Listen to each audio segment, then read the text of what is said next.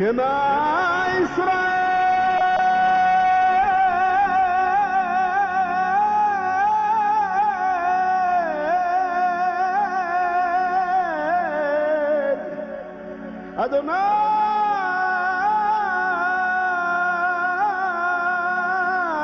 أدوناي إلهي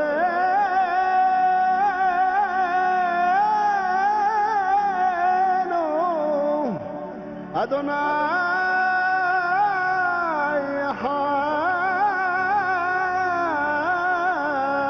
حاد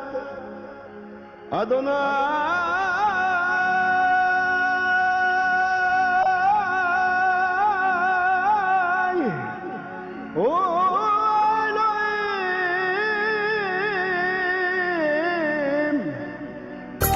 நொறுங்குண்ட இதயத்தை ஊற்றிடுவே, அருங்குண்ட ஆவியில் அமர்ந்திடுவே. நொறுங்குண்ட இதயத்தை ஊற்றிடுவே, அருங்குண்ட ஆவியில் அமர்ந்திடுவே. கருத்துடன் வேண்டுதல் செய்திடையா, திருப்பாதம் அனுதினம் கண்டிடுவே. கருத்துடன் வேண்டுதல் செய்திடையா, திருப்பாதம் அனுதினம் கண்டிடுவே. ஜெப ஆவி அருளும் தேவா, ஜெப தீபம் என்னிலும் எரிந்திடவே. ஜெப ஆவி அருளும் தேவா, ஜெப தீபம் என்னிலும் எரிந்திடவே. ஜெப சிந்தை தாரும் தேவா,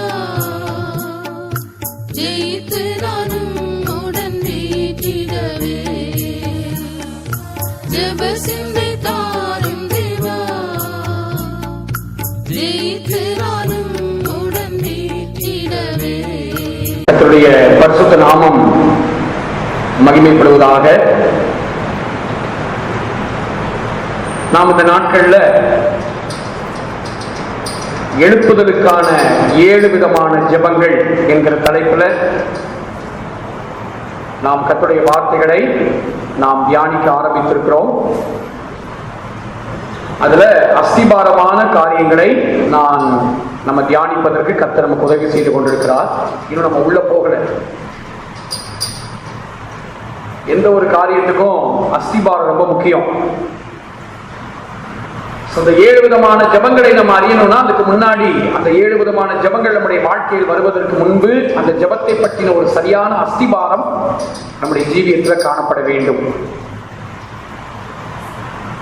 இந்த கூட்டத்தினுடைய முடிவில் உங்களுக்கு சந்தேகங்கள் இருக்குமானால், கூகுள் மீட்ல இருக்கிறவங்களானாலும் சரி, இங்கே நேரடியா கேட்கிறவங்களானாலும் சரி, உங்களுக்கு சந்தேகம் இருக்குமானால், ஏன்னா ஜெபத்தை பற்றி படிக்கிறோம், சில குறிப்புகளுக்கு ஆவியானவர் நடத்தும் போது நம்ம ஜெபிக்கவும் போகணும். ஏதோ நம்ம கேட்டுட்டு போறது மட்டும் இல்ல, சில காரியங்களுக்காக சில வசனங்களை வைத்து நாம் ஜெபிக்கவும் போகணும். அதனால கடைசியில் உங்களுக்கு ஏதாவது கேள்வி இருந்தா நீங்க கேட்கணும். மனதிலே வைத்துக் கொள்ளக்கூடாது. கேள்விகளை கேட்டு நீங்க சந்தேகத்தை கிளியர் பண்ணிக்கணும். சரி, 1 தெசலோனிக்கர் 5ஆம் அதிகாரம் அதனுடைய 16, 17, 18 வசனத்தை வாசிக்க கேட்போம். 1 தெசலோனிக்கர் 5ஆம் அதிகாரம் 16, 17, 18 வசனம். எப்பொழுதும் சந்தோஷமாய் இருங்கள், இடைவிடாமல் ஜெபம் பண்ணுங்கள், எல்லாவற்றிலையும் ஸ்தோத்திரம் செய்யுங்கள். அப்படி செய்வதே கிறிஸ்து இயேசுவுக்குள் உங்களை குறித்து தேவனுடைய சித்தமாய் இருக்கிறது. நீங்களும் நானும் இந்த பூமியில வைக்கப்பட்டிருப்பது எதுக்காக அப்படின்னா, தேவ சித்தம் செய்வதற்காக. எல்லாரும் சொல்லுங்க, எதுக்காக நம்ம வைக்கப்பட்டிருக்கிறோம் இந்த பூமியில? சத்தத்தை உயர்த்தி சொல்லுங்க. எதுக்காக வைக்கப்பட்டிருக்கிறோம் இந்த பூமியில? வாயை திறந்து சொல்லணும். கேள்வி கேட்கும் போது வாயை திறந்து சொல்லணும். எதுக்காக நம்ம வைக்கப்பட்டிருக்கிறோம்? எங்கேயாவது யோசிச்சுக்கிட்டு இருக்கக்கூடாது. சும்மா ஏதோ பிரசங்கம் கேட்டு போடணும் இருக்கக்கூடாது. ஜெபத்தை பற்றி நம்ம கவனிச்சுட்டு இருக்கோம். ரொம்ப தீவிரமான, ஏன்னா வரப்போற எழுப்புதலுக்கு ஜெபிக்கிறவர்கள் தான் நிறைய தேவை. தேவ சமூகத்துல அதிகமாய் ஜெபிக்கிறவர்கள் தேவை. அப்போ நீங்களும் நானும் தேவ சித்தம் செய்வதற்கென்று இந்த பூமியில நம்ம வைக்கப்பட்டிருக்கிறோம். இதை மறக்கவே கூடாது. மத்தேயு 7ஆம் அதிகாரம் அதனுடைய 21வது வசனத்தை படிக்கும் போது, மத்தேயு 7ஆம் அதிகாரம் 21வது வசனத்தை வாசிங்க. பரலோகத்திலே என் பிதாவின் சித்தத்தின்படி செய்கிறவனே பரலோகத்தில் பிரவேசிப்பவனே அல்லாமல் என்னை நோக்கி கர்த்தாவே கர்த்தாவே என்று சொல்லுகிறவன் அது பிரவேசிப்பதில்லை. அப்போ பரலோகத்துல யார் உள்ள பிரவேசிப்பாங்க? கர்த்தாவே கர்த்தாவே சொல்லுகிறவர்கள் அல்ல. அடுத்த வசனத்தில் சொல்லி இருப்பது போல அநேகர் என்னை நோக்கி கர்த்தாவே கர்த்தாவே உமது நாமத்தினாலே தீர்க்கதரிசனம் உரைத்தோம் அல்லவா, உமது நாமத்தினாலே பிசாசுகளை துரத்தினோம் அல்லவா, உமது நாமத்தினாலே அநேக அற்புதங்களை செய்தோம் அல்லவா என்பார்கள். அப்போ பிசாசு ஓட்டினோம், தீர்க்கதரிசனம் உரைத்தோம், அற்புதங்களை செய்தோம், இப்படி எல்லாம் சொல்லுகிறார்களே, இவைகளை செய்கிறவர்கள் அதில் பிரவேசிக்க முடியாதாம். அதாவது தேவ சித்தத்தின் மத்தியில இல்லாம வெறும் இந்த மாதிரியான காரியங்களை மாத்திரம் செய்து கொண்டிருக்கிறவர்கள் பரலோக ராஜ்யத்தில் பிரவேசிக்க முடியாது அப்படின்னு ஆண்டவர் தெளிவா சொல்றார். அப்போ நம்ம பரலோக ராஜ்யத்தில் பிரவேசிக்கணும் அப்படின்னா தேவ சித்தம் செய்ய வேண்டும். காலையில முதல் செய்தியில கர்த்தர் நமக்கு அதைத்தான் அருமையான ஐயாவை கொண்டு நமக்கு பேசினார். அப்ப அந்த தேவ சித்தம் என்கிற அந்த அனுபவத்துக்குள்ளாக முக்கோணத்தை பார்க்கிறோம். ட்ரையாங்கிள்ஸ், முக்கோணம் என்னது? அந்த 1 தெசலோனிக்கர் 5ஆம் அதிகாரத்துல 3 முக்கியமான காரியங்கள் சொல்லியிருக்கு. என்னலாம்? எப்போதும் சந்தோஷமா இருங்க, இடைவிடாம ஜெபம் பண்ணுங்க, அடுத்து எல்லாவற்றுக்காக என்ன செய்யுங்க? ஸ்தோத்திரம் செய்யுங்க. இந்த 3 விஷயத்தை சொல்றோம். ஆனா இந்த 3ம் ஒரு சாதாரண மனிதனுக்கு சாத்தியம் அல்ல. ஆனால் ஆண்டவர் செய் அப்படின்னு சொல்றாருன்னா கண்டிப்பா மனிதனால செய்ய முடியாத ஒரு காரியத்தை அவர் செய்யணும்னு சொல்ல மாட்டாரு. அப்படியானால் அவர் செய்யும் சொல்றாருன்னா செய்ய முடியும். எப்பொழுதும் சந்தோஷமா இருக்க முடியுமா? முடியும். எல்லாவற்றுக்காக ஸ்தோத்திரம் பண்ண முடியுமா? முடியும். இது எப்படி சாத்தியம்? இந்த 2க்கு நடுவில் ஒரு காரியம் இருக்கு. அதுக்கு பேர் தான் என்ன? இடைவிடாமல் ஜெபம் பண்ணுங்கள். யாருடைய வாழ்க்கையில இடைவிடாத ஜெபம் இருக்கோ, இடைவிடாத ஜெபம் இருக்கிறவங்க, அந்த ஜெபம் பண்ணுகிற அனுபவம் உள்ளவங்க கண்டிப்பா எப்பொழுதும் சந்தோஷமா இருக்க முடியும். எல்லாவற்றிற்காகவும் ஆண்டவரை ஸ்தோத்திரம் செய்ய முடியும். அப்ப இடைவிடாத ஜெபம் நமக்கு ரொம்ப முக்கியம். இந்த இடைவிடாத ஜெபத்தை பற்றி தான் நம்ம படித்துக் கொண்டிருக்கிறோம். இதுதான் இனி வரப்போற எழுப்புதலுக்கு மிகப்பெரிய அஸ்திபாரமாக இருக்கிறது. அப்ப இந்த இடைவிடாத ஜெபத்தை பற்றி அப்போஸ்தல நடவடிக்கைகளிலே அநேக காரியங்கள் சொல்லப்பட்டிருக்கு. அதுல குறிப்பாக ஒரு 7 விதமான ஜெபங்கள் ரொம்ப குறிப்பா இருக்கு. நம்ம அதான் நம்ம படிக்க போறோம். அதுக்கு முன்னாடி அஸ்திபாரமான சில காரியங்களை நம்ம படித்துக் கொண்டிருக்கிறோம். அஸ்திபாரம் என்ன படிக்கிறோம்? ஜெபம் என்கிற வார்த்தைக்கான எபிரேய கிரேக்க பதங்கள். அதுல எபிரேய வார்த்தையை படிச்சோம். ஆதியாகமம் 20:7 அங்கதான் முதல் முறையா ஜெபம்ங்கிற வார்த்தை வருது. ஆதியாகமம் 20ஆம் அதிகாரம் 7வது வசனத்திலே நாம் அதை வாசிக்கும் போது, அந்த மனுஷனுடைய மனைவியை அவனிடத்திற்கு அனுப்பிவிடு, அவன் ஒரு தீர்க்கதரிசி, நீ பிழைக்கும்படிக்கு அவன் உனக்காக வேண்டுதல் செய்வான், நீ அவளை அனுப்பி விடாதிருந்தால் நீயும் உன்னை சேர்ந்த யாவரும் சாகவே சாதீர்கள் என்று அறிவாயாக என்று சொப்பனத்திலே அவனுக்கு சொன்னான். இங்க அவன் வேண்டுதல் செய்வான். 2 வார்த்தை இந்த வேத பகுதியில முதல் முறை வருவதை பார்க்கிறோம். ஒண்ணு தீர்க்கதரிசி,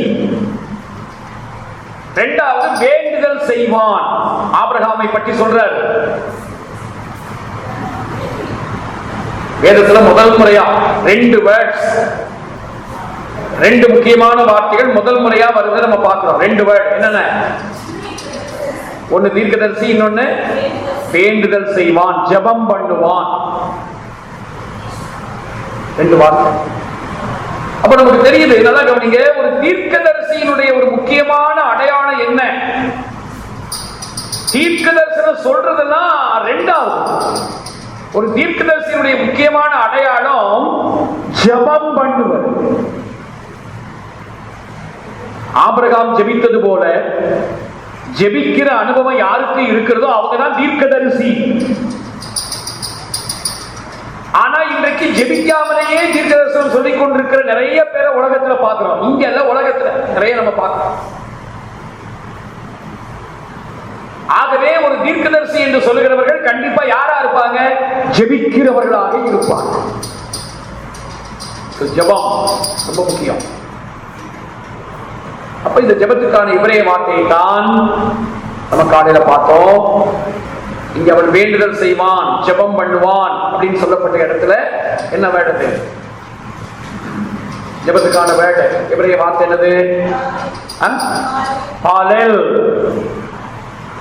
PALEL, பாலெல். பாலெல் அப்படிங்கிற வார்த்தை பே லாமெட் லாமெட் பாலெல். அப்ப இது வந்து நம்ம 5 விதமான கருத்துக்களை இந்த ஒரு வார்த்தைக்குள் இருந்து நம்ம படிக்க ஆரம்பித்தோம். இதுதான் அஸ்திவாரம். முதல்ல பாலேல் அப்படின்னா என்ன அர்த்தம்? அர்த்தத்தை பார்த்தோம். அர்த்தம் என்ன அர்த்தம்? பாலேல்னா பாதத்தில் விழுவது. ஆண்டவரின் பாதத்துல போய் விழுவதுதான் பாலல். ஜெபம்னா என்ன? அவருடைய பாதத்துல போய் விழணும்.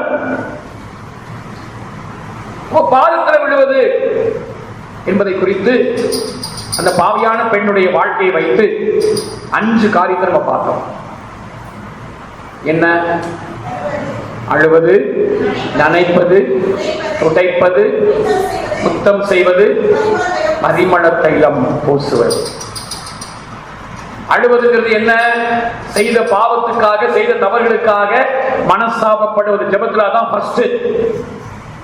ஜபாரைக்கு போன உடனே முதல்ல நம்ம செய்ய வேண்டியது உட்கார்ந்து யோசிக்கணும். நான் என்ன செஞ்சேன் கடந்த நாட்கள்ல, கடந்து வந்த பாதைகள்ல, இந்த ஜபாரைக்கு வருவதற்கு முன்பு வரைக்கும் என்னெல்லாம் என் வாழ்க்கையில தவறுகள் வந்ததுங்கிறத யோசித்து பார்த்து, நினைச்சு பார்த்து, அதுக்காக மனசாப்பட்டு தேவ சமூகத்துல ஒரு நறுமுண்ட இருதயத்தோடு அறிக்கை செய்யணும். 2வது நனைப்பது. அது என்னது? கண்ணீரால் நினைப்பதுங்கிறது என்ன? அந்தரங்க வேதனையெல்லாம் ஆண்டவர்கிட்ட கொட்டணும். அந்தரங்க வேதனையெல்லாம் ஆண்டவர்கிட்ட கொட்டிடணும். 3வது எல்லா மேன்மையையும் தூக்கி எறிவது, குப்பையாக எண்ணுவது. 4வது அன்பை வெளிப்படுத்துவது. ஜெபங்கிறது என்ன? மத ரீதியாக வெறும் சும்மா பரிசுத்தமுள்ள பிதாவே அப்படிலாம் நம்ம சொல்லிக்கிட்ட ஆண்டவரே அது இல்ல.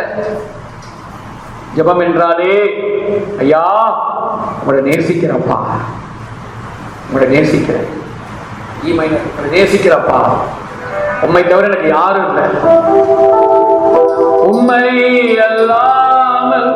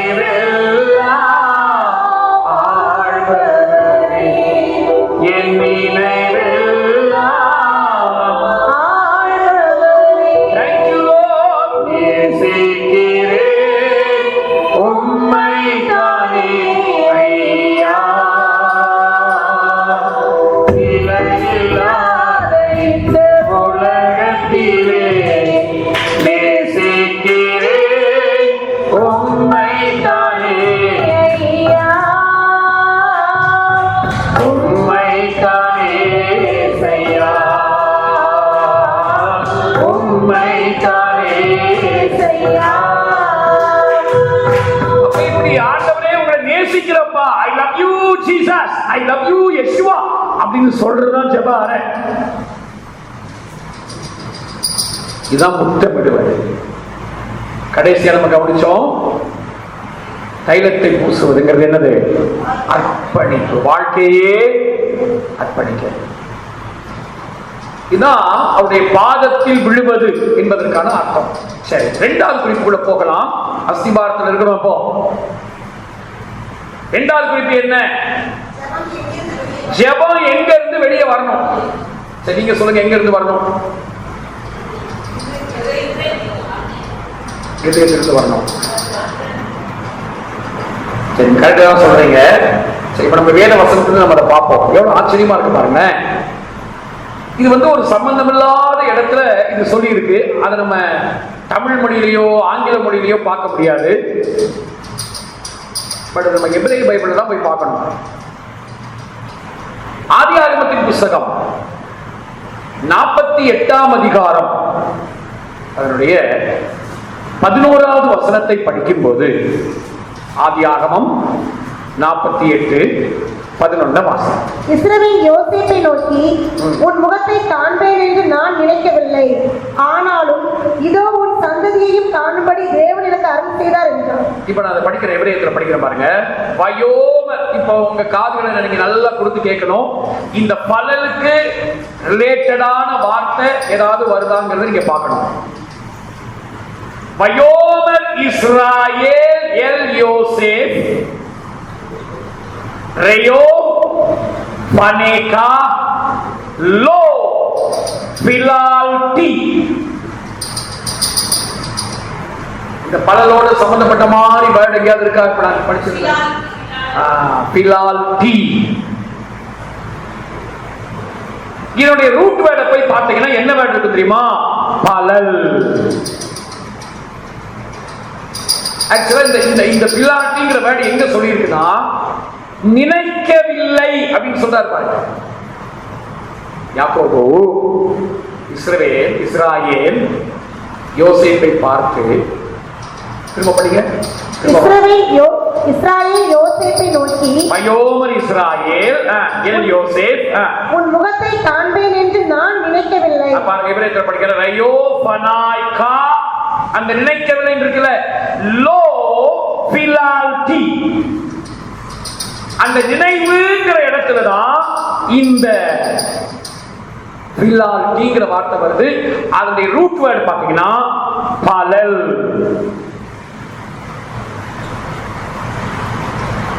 ஆதியாகமம் 20:7 சொல்லப்பட்ட அதே பலல், அதே பலல். அப்போ நமக்கு தெரியுது, இந்த வசனத்தை பார்க்கும்போது ரபிமார்கள், யூத ரபிமார்கள் ஜெபத்தை பற்றி அவங்ககிட்ட நம்ம படிப்போமானா அவங்க சொல்லுவாங்க, ஜெபங்கிறது ஏதோ வாயிலிருந்து வர்றது இல்லையா, எங்க இருந்து வரணும்? அது நினைவிலிருந்து வர வேண்டும். Prayer is not comes from our mouth, it is comes எங்க இருந்து வரணும்? It's our thought, நினைவு. ஜெபங்கிறது நினைவுல இருந்து வரணும். நம்ம நினைவுல என்ன இருக்கோ அதுதான் ஜெபமாக வெளிப்பட வேண்டும். நல்லா கவனிங்க. நினைவிலே ஒன்றை வைத்துக் கொண்டு வாயில ஒரு காரியத்தை நாம் ஜெபிப்போமானால் அது ஜெபமாகாது. இப்ப நான் உதாரணத்துக்கு ஒரு எடுத்துக்காட்டுக்கு சொல்றேன் பாருங்களேன். இப்போ ஒரு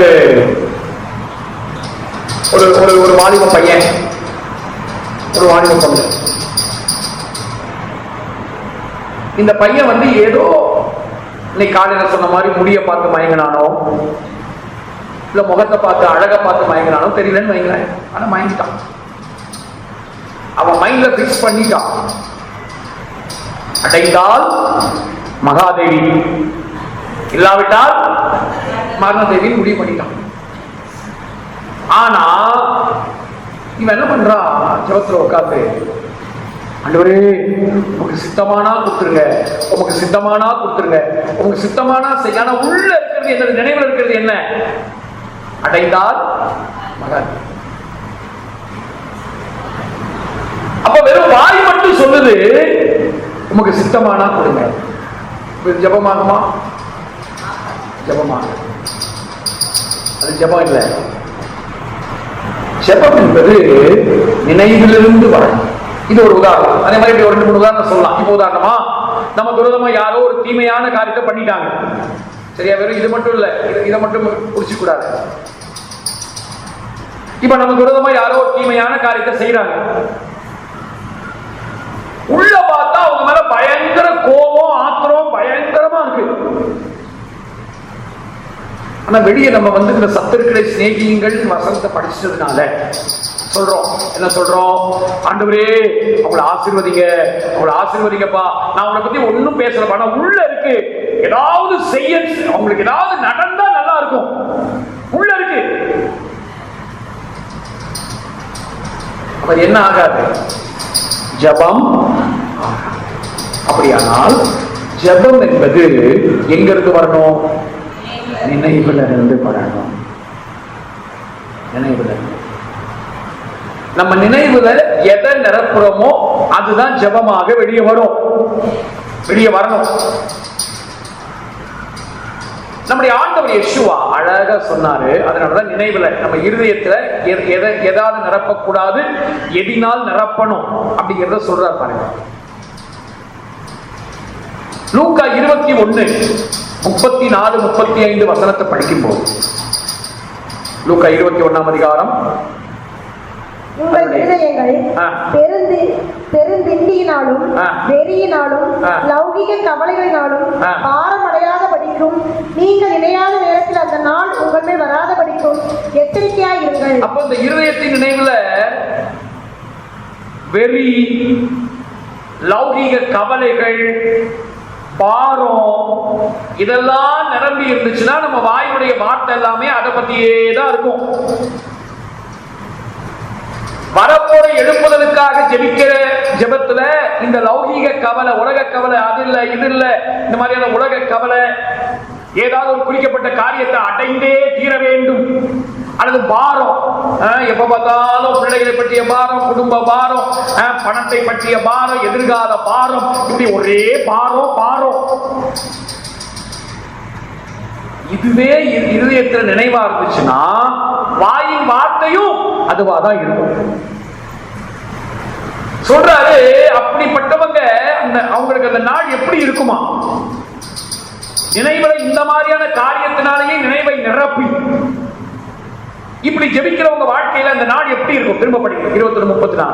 உங்கள் இருதயங்கள் பெருந்திண்டியினாலும் வெறியினாலும் லௌகிக கவலைகளினாலும் பாரமடையாத படிக்கும் நீங்கள் நினையாத நேரத்தில் அந்த நாள் உங்கள் மேல் வராத படிக்கும். அந்த மாதிரி உள்ளவங்களுக்கு நினையாத நேரத்தில் வருகை நாள் வந்துடும்.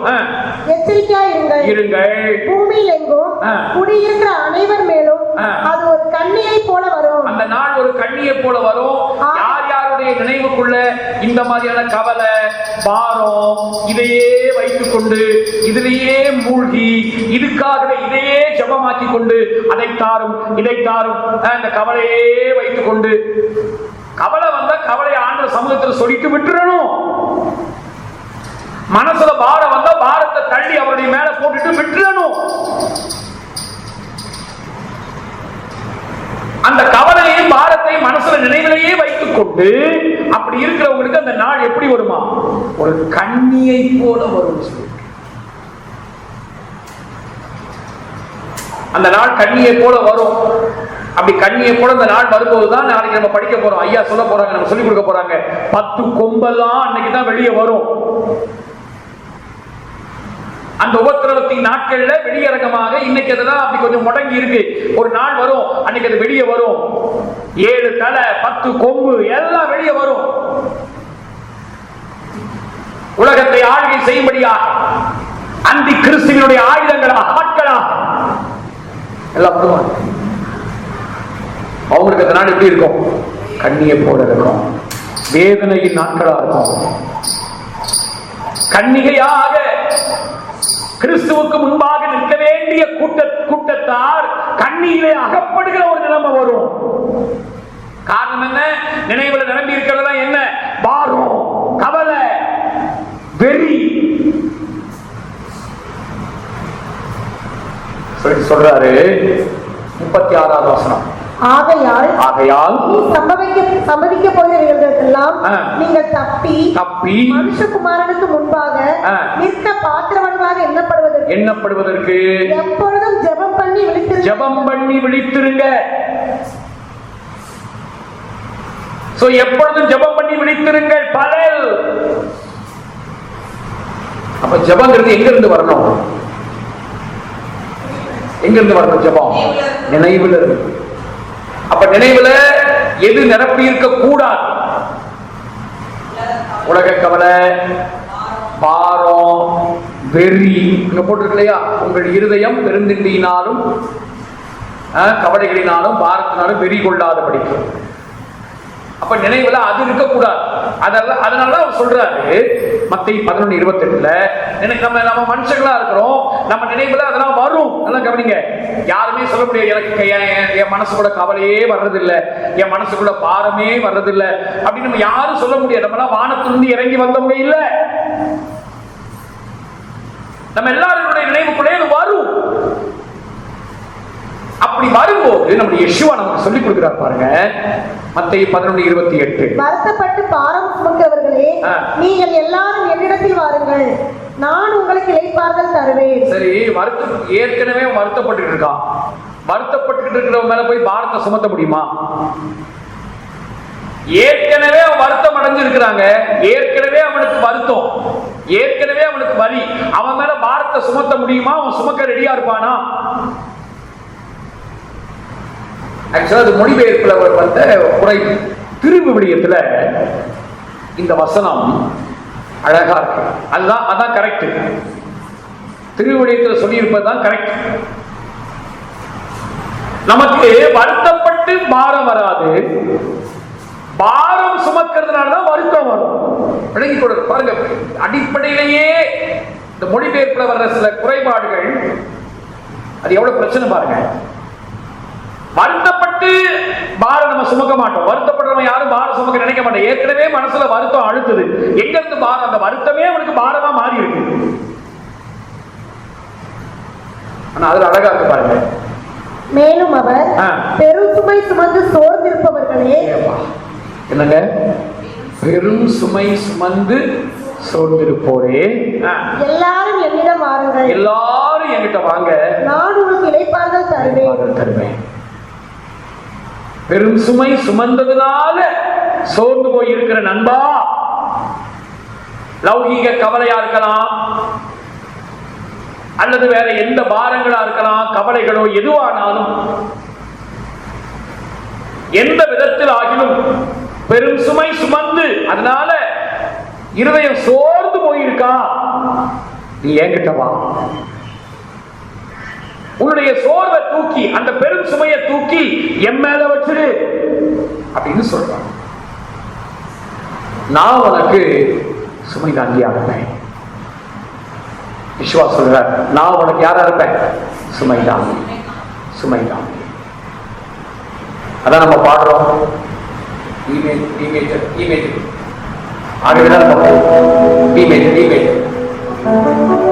கொடுமை என்று கூப்பிடு, கேட்போர் யாரும் இல்லை, மன துக்கத்தினால் புலம்புகிறேன், பார்ப்போர் யாரும் இல்லை. கொடுமை என்று கூப்பிடுகிறேன், கேட்போர் யாரும் இல்லை, மன துக்கத்தினால் புலம்புகிறேன், பார்ப்போர் யாரும் இல்லை. இயேசுவே, யெஷுவா, என் கவலைகளை உம்மீது வைக்கிறேன். யெஷுவா, என் கவலைகளை உம்மீது வைக்கிறேன். என் சுமைதான், என் சுமைதான், எனது கண்ணீரை பாரும் கர்த்தாவே, எனது கண்ணீரை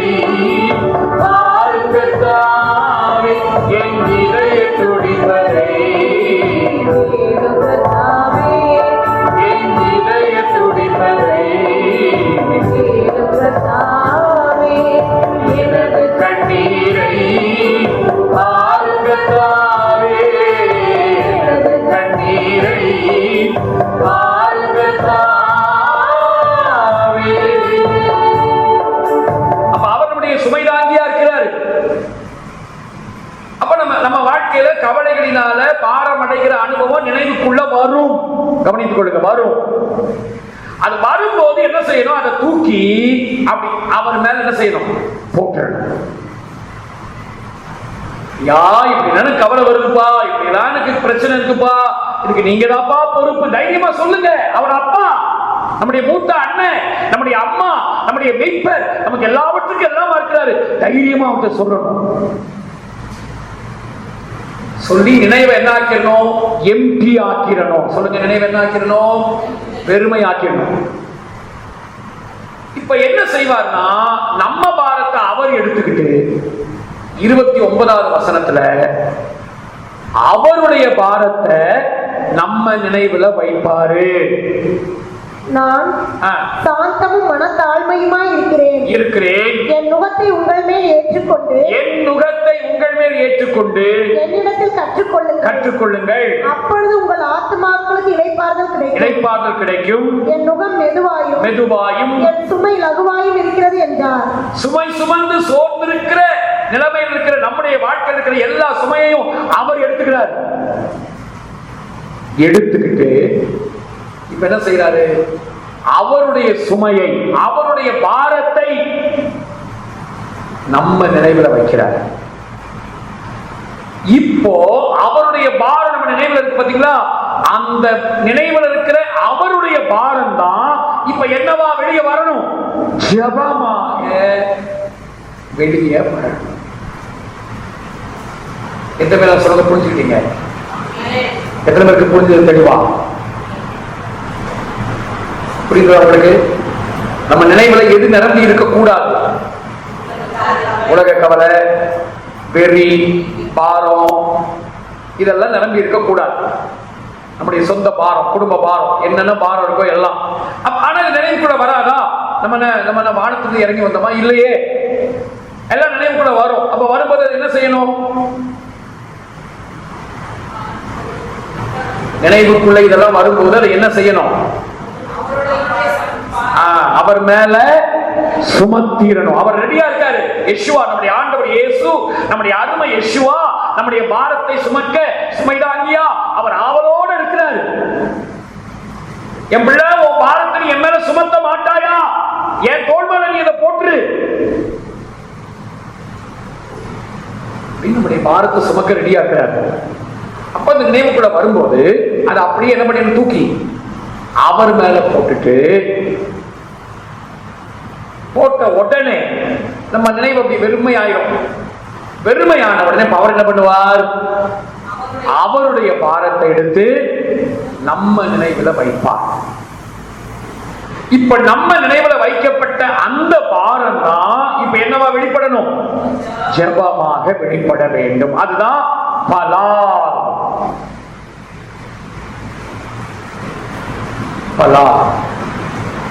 அப்ப இந்த உலக காரியங்களுக்காக, உலகத்தினுடைய தேவைகளுக்காக, நமக்கு வர்ற கவலைகள், நம்ம சந்திக்கிற பிரச்சனைகளுக்காக ஜெபிக்க கூடாதா?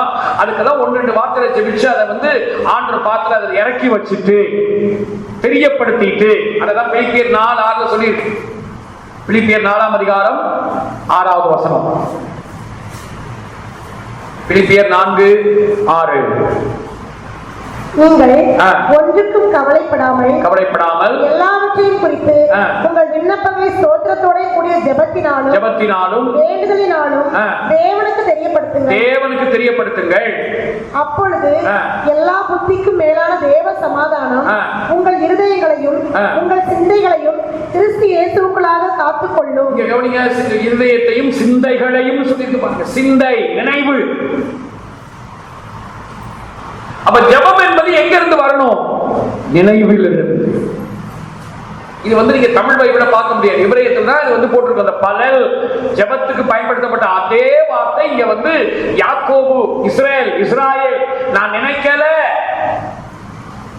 உன் முகத்தை நான் பார்ப்பேன்னு நான் நினைக்கல. அந்த இடத்துல இந்த நினைவுங்கிற இடத்துல இந்த பலல் அப்படிங்கிற வேர்டை அவர் பயன்படுத்தி இருக்கார். அப்ப நமக்கு அது ஒரு க்ளூ கிடைக்குது. ஜெபம் எங்கிருந்து வரணும்? நினைவிலிருந்து வருவதுதான் ஜெபம். அந்த நினைவுக்குள்ளிருந்து வர்றது எதுவா இருக்கணும் அப்படின்னா, அவருடைய பாரத்தை நம்ம நினைவுக்குள்ள கொண்டு வந்து அவர் வைப்பார். வாட்ச்மேன் நீ விட்னஸ் என்கிற தேவ மனிதர்கள் எழுதுறாங்க, இன்னைக்கு வந்து அவருடைய பாரம் நம்ம நினைவுக்குள்ள வராம இருக்கிறதுக்கு காரணம் என்னன்னா, ஆல்ரெடி நம்ம நினைவுல எது நிரம்பி இருக்கு, நம்முடைய சொந்த பாரங்கள் எல்லாம் நிரம்பி இருக்கு. இந்த சொந்த பாரங்கள் நிரம்பி இருக்கிறதுனால நமக்கு அவருடைய பாரத்தை நம்ம மேல அவரால் என்ன செய்ய முடியல, வைக்க முடியல. எழுப்புதலின் ஜெப வீரர்கள் யார்? நினைவிலே தங்களுடைய பாரத்தை அல்ல, அவருடைய பாரத்தை சுமக்கிறவர்கள். அந்த மாதிரி எழுப்புதல் ஜெப வீரர்களாக, ஜெப வீராங்கனைகளாக யாரெல்லாம் மாற விரும்புறீங்க? அப்படி விரும்புறவங்க கையை வச்சு ஒரு அடையிலையா சொல்லுங்க பார்க்கலாம். சத்தமே இல்லை. என்னத்தை கவனிக்கிறீங்கன்னே தெரியல.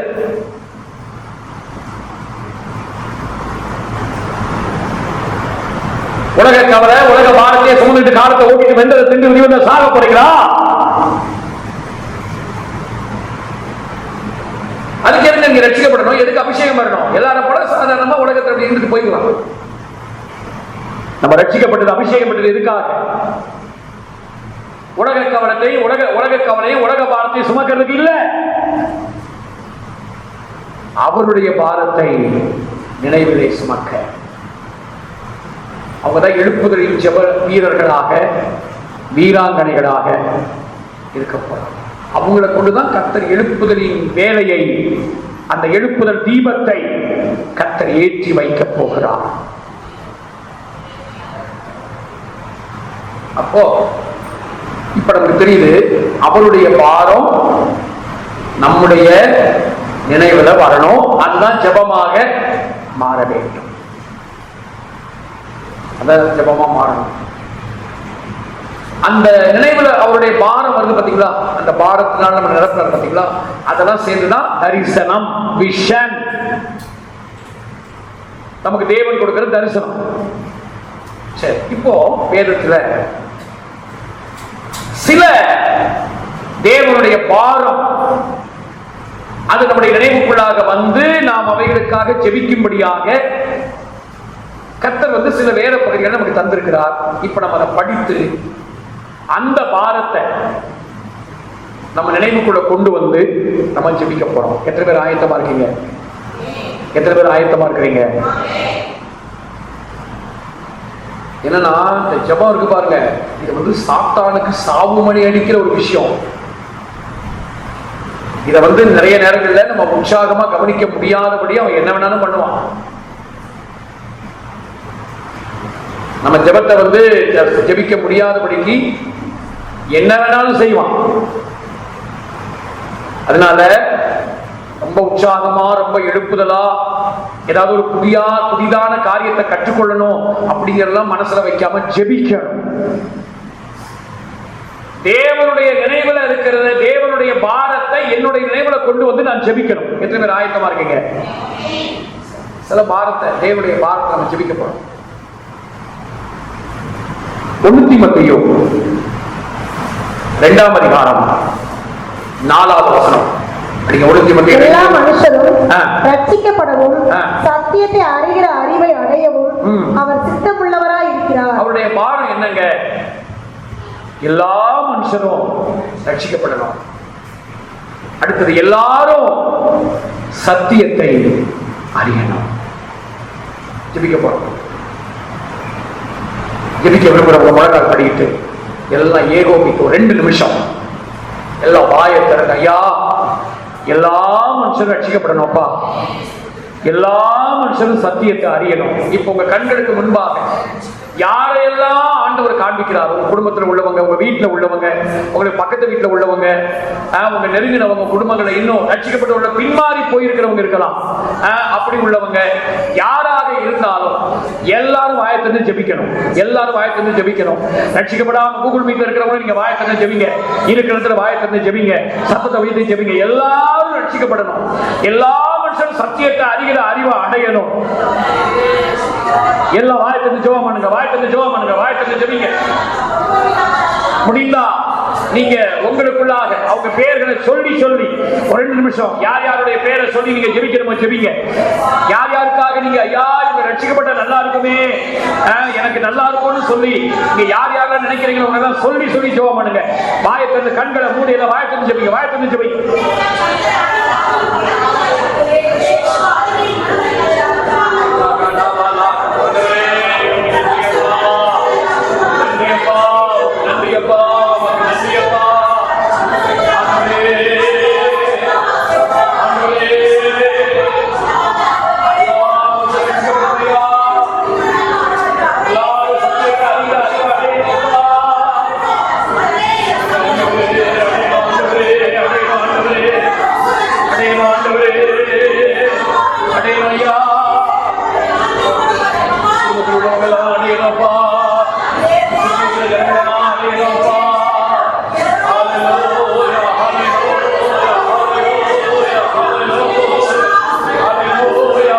சொந்தக்காரங்க, உங்க உறவுக்காரங்க, அப்பா அம்மா இல்ல கணவர் இல்ல பிள்ளைகள் யார் யாரா இருக்கிறாங்க எல்லாரையும் சொல்லி சொல்லி ஜெபம் பண்ணுங்க. உங்க நண்பர்கள் நெருங்கின நண்பர்கள், ஆனா அவங்க நல்லவங்களா இருப்பாங்க, ஆனா இன்னும் ரட்சிப்பு இல்ல, சத்தியத்தை அறியல, அந்த மாதிரி இருக்கிறவங்களுக்காக ஜெபிக்கறியா ஜெபிங்கம்மா, ஜெபிக்க சிஸ்டர், ஜெபிக்க. இது சரியான நேரம், இது சரியான நேரம். நம்ம ஜெபிக்கிற ஜெபம் நறுமணமா தேவ சமூகத்துக்கு போகும், தூபமா தேவ சமூகத்துக்கு போகும். ஜெபிங்க ஜெபிங்க. யாராவது பின்மாறி போயிருப்பாங்கன்னா, ஆண்டோட வந்து திரும்ப பின்மாறி போயிருப்பாங்கன்னா அவங்களுக்காகவும் ஜெபிங்க, அவங்களுக்காகவும் ஜெபிங்க.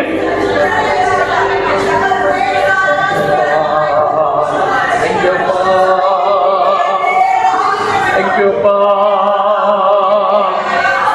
Hallelujah, hallelujah, hallelujah, hallelujah, hallelujah. தேசத்தின் தலைவர்கள் எல்லாம் சத்தியத்தை அறியணும், அவங்க ரட்சிக்கப்படணும். தேசத்தின் தலைவர்கள், அதிகாரிகள், ஆளுகை செய்கிறவங்க, பெரிய பெரிய பொறுப்புகள் இருக்கிறவங்க எல்லாம் ரட்சிக்கப்படணுமே, சத்தியத்தை அறியணுமே. தேசத்தின் ஜனங்கள் எல்லாம் ரட்சிக்கப்படணுமே, சத்தியத்தை அறியணுமே. சொல்லி ஜெபிங்க. அவங்க வாழ்ந்திருக்கும்படியாக, அவங்க சுகித்திருக்கும்படியாக, ரட்சிக்கப்படணுமே, சத்தியத்தை அறியணுமே. Thank you. Thank you, Thank you, Thank you,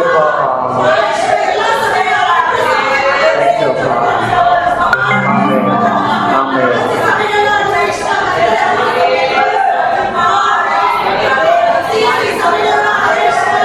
சபைகளுக்காக ஜெபம் பண்ணுங்க. சபைகளுக்காக சத்தியத்தை அறியாம ஆடல் பாடல் கொண்டாட்டம் பாரம்பரியம் மதம் இந்த மாதிரியான கட்சிகளுக்குள்ள சிக்கி இருக்கிற சபைகள் எல்லாம் தேவ ஜனங்களை விடுவிக்கப்படணும், எல்லாரும் ரட்சிக்கப்படணும், சத்தியத்தை அறியணும். ஜெபிங்க ஜெபிங்க.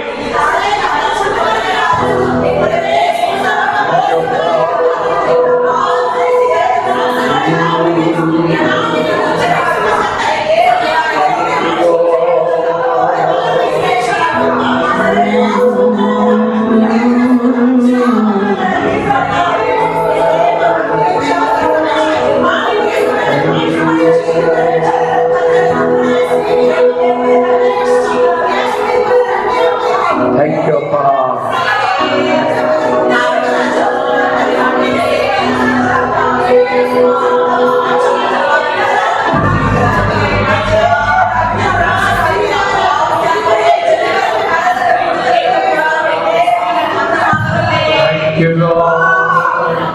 உந்தன் ஏக்கம் இருப்பமெல்லாம்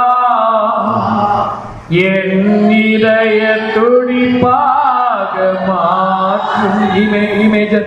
உந்தன் ஏக்கம் இருப்பமெல்லாம்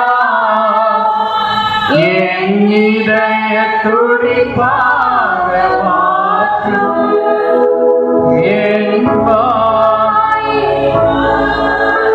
என் ஜீவனம் எங்கும் ஜபவீரன் என்று எழுதும். என் ஜீவனில் எங்கும் ஜபவீரன் என்று எழுதும். அடுத்த குறிப்பு நம்ம நினைவுல கர்த்தர் வைக்கிற அடுத்த பாரம். இது நிறைய பாரம் இருக்கு. இன்னைக்கு நம்ம ஒரு தேவ சமுத்திரம் எப்படி ஜெபிக்கிறோம் ஒரு மாதிரியா இதே மாதிரி நீங்க ஜெபிச்சு பழகணும். மத்தேயு 28:19 இந்த முதல் வேர்ட் இருக்கு பாருங்க, இது நம்ம ஜெபிக்கணும். இது வந்து அவருடைய நினைவு, அவருடைய பாரம், இது நம்ம நினைவுக்குள்ள வரணும். படிங்க மத்தேயு 28:19. ஆகையால் நீங்கள் புறப்பட்டு போய் சகல ஜாதிகளையும் சீசராக்கி. இன்னைக்கு என்ன நடக்குதுன்னா, சகல ஜாதிகளையும் கிறிஸ்தவர்களாக்க முயற்சி பண்றாங்க. ஆனா அது முக்கியம் இல்ல. முக்கியம் என்ன தெரியுமா?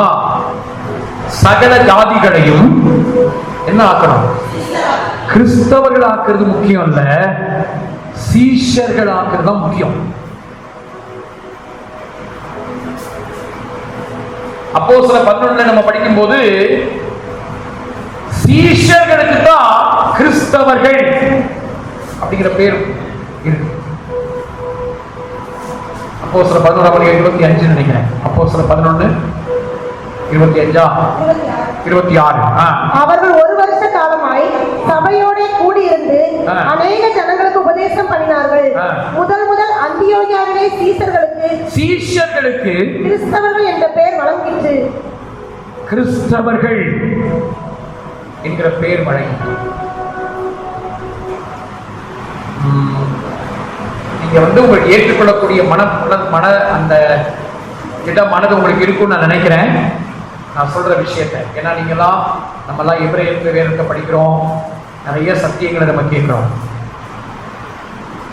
உங்களுக்கு தெரியுமா, இந்த கிறிஸ்தவர்கள்ங்கிற பேர் இருக்கா? கிறிஸ்தவர்கள் பேர் சொல்லப்பட்டிருக்கா? இருக்கா? சீஷர்களுக்கு கிறிஸ்தவர்கள் என்கிற பேர் வழங்கப்பட்டது இருக்குல்ல. கிறிஸ்தவர்கள் பேர் சொல்லப்பட்டிருக்கு தானே? ஆக்சுவலா கிரீக்ல பாத்தீங்கன்னா கிறிஸ்டேயானி அப்படின்னு இருக்கும். நம்ம தமிழ் பைபிள்ல கிறிஸ்தவர்கள் சொல்லியிருக்காங்க, கிறிஸ்து பிளஸ் அவர்கள், கிறிஸ்துவை உடையவர்கள் அப்படின்னா விளக்கம் கொடுத்துட்டாங்க. ஆனா அந்த இடத்துல கிறிஸ்தவர்கள் கிறிஸ்டேயானி, மலையாளத்தில் பாத்தீங்கன்னா கிறிஸ்டியானி அப்படின்னு தான் சொல்லுவாங்க. அந்த கிறிஸ்டேயானிங்கிற வார்த்தைக்கு என்ன அர்த்தம் தெரியுமா? கிறிஸ்துவின் அடிமை.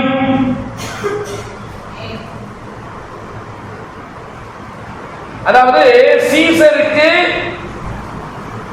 அடிமையா இருக்கலாம் பாத்தீங்களா? சீசர்னா ராஜா, ரோம பேரரசர். ரோம ராஜாவுக்கு அடிமையா இருக்கிறவங்க வந்து சீசேரேயானி அப்படின்னு சொல்லுவான். அப்படின்னா என்ன அர்த்தம்னா, அவன் சீசருக்கு அடிமை. அகஸ்ட் சீசர் இவங்களுக்கு அடிமை. அதாவது அந்த சீசரை, ராஜாவை ஒரு நாய் எப்படி எஜமானுக்கு அடிமையா இருப்பது போல அடிமையாகவே காலமெல்லாம் இருந்து அந்த ராஜாவை பின்பற்றுகிறவன் அடிமை. ராஜாவுக்கு அடிமை. அவன் நசுக்கணுமா நசுக்குவான், உதைக்கணுமா உதைப்பான், உடைக்கணுமா உடைப்பான், என்ன வேணாலும் பண்ணுவான். சரி, இப்ப நீங்க சொல்லுங்க, நம்மளாம் கிறிஸ்துவுக்கு அடிமைகள் தானே? நான் எப்படி எஜமான பின்பற்றுமோ அப்படி நம்ம பின்பற்றுறவங்க தானே? ஆமையா?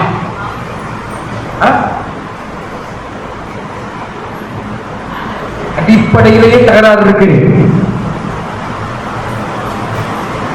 நம்மளா கிறிஸ்துவுக்கு அடிமையா?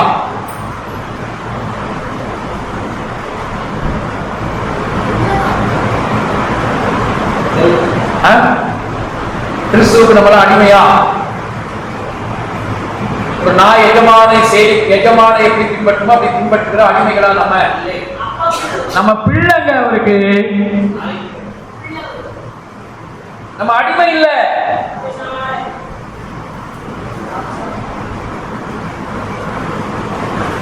இது வந்து கிண்டல் பண்றதுக்காக, பரியாசம் பண்றதுக்காக சொல்லப்பட்ட வார்த்தை இது.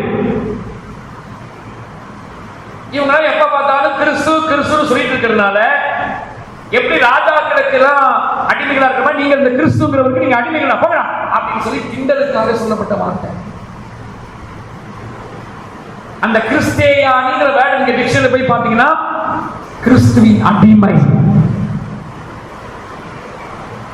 நம்ம அப்படியா? ரோமர் 15-16 வசனங்களை படிக்கும் போது நம்ம யார் இல்ல அந்தபடி திரும்பவும் பயப்படுகிறதற்கு நீங்கள் அடிமைத்தனத்தின் ஆவியை பெறாமல் அப்பா பிதாவே என்று கூப்பிடப்படுகிற புத்திர சுவிகாரத்தின் ஆவியை பெற்றீர்கள். நாம் தேவனுடைய பிள்ளைகளாய் இருக்கிறோம் என்று ஆவியானவர் தாமே நம்முடைய ஆவியுடனே கூட சாட்சி கொடுக்கிறார். நீ கிறிஸ்துவின் அடிமையின் ஆவியானவர் சாட்சி கொடுக்கல. நீ யாரு? தேவனுடைய பிள்ளை. அவர் உனக்கு அப்பா, நீ அவருக்கு பிள்ளை. நாம் பிள்ளைகளானால் சுதந்திரருமாமே, தேவனுடைய சுதந்திரரும் கிறிஸ்துவுக்கு உடன் சுதந்திரருமாமே. அடிமை இல்லைங்க, நம்ம கிறிஸ்துவின் உடன் உரிமையாளர்கள். நம்ம கிறிஸ்துவின் அடிமைகள் அல்ல, கிறிஸ்துவின் உடன் உரிமையாளர்கள், பங்காளிங்க. நம்ம சுதந்திரர் அப்படின்னா உரிமையாளர்கள், உடன் பங்காளிகள், உடன் உரிமையாளர்கள். அப்போ இப்ப நம்ம ஜெபிக்கணும். நம்ம கிறிஸ்தவங்களா இருக்கிறது முக்கியம் இல்லை. பட் முக்கியம் என்ன? அவருடைய சீஷர்களாகவே. சீஷர்கள் யூத கலாச்சாரத்தின்படி சீஷரா இருக்கிறவங்க ஏதோ அவர் குரு ரபாய் குருவா இருப்பாரு, இவங்க சீஷரா இருப்பாங்க. அப்படி கிடையாது, சரியா? அந்த மாதிரி இல்ல. அந்த உறவு ரொம்ப வித்தியாசம். அப்பா பிள்ளை, சிநேகிதர். 2000 வருஷத்துக்கு முன்னாடி சொல்லுவாங்க, ஒரு சீஷனா இருக்கிறவரு ஒரு ரபாய் இருக்கிறாரு. அந்த சீஷர்களுக்கு முன்பாக ஒரு சீடனுக்கு முன்னாடி அந்த ரபாய் அந்த குருவையும் இந்த சீடனுடைய அப்பா 2 பேரையும் கைது செய்து கொண்டு போறாங்க அப்படின்னு வைங்களேன். இந்த சீடன் கேட்கிறாங்க, உனக்கு யாரை நாங்க விடுதலை செய்யணும்? அவங்க என்ன சொல்லுவாங்க தெரியுமா?